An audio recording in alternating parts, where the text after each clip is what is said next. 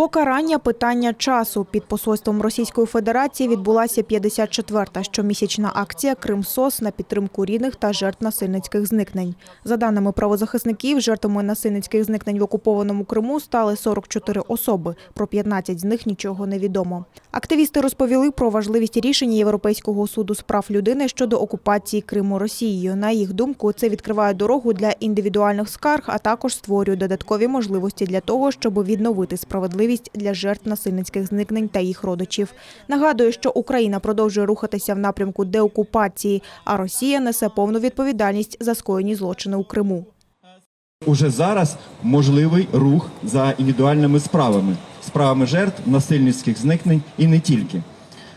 Саме зараз уже може бути ці справи почати комунікація, тому що перед Новим роком Європейський суд розсилав всім листи, в тому числі і Української Гельсінської спілки з прав людини, з приводу того, чи підтримуєте ви скарги, чи є якісь нові обставини.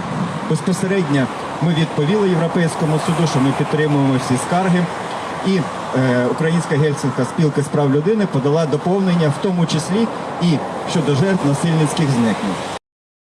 Як відомо, 14 січня Європейський суд з прав людини своїм рішенням визнав прийнятною справу «Україна проти Росії» щодо Криму та перейшов до розгляду справи по суті. ЄСПЛ підтвердив, що Російська Федерація мала ефективний контроль над Кримом ще з 27 лютого 2014 року, а не з часу так званого референдуму.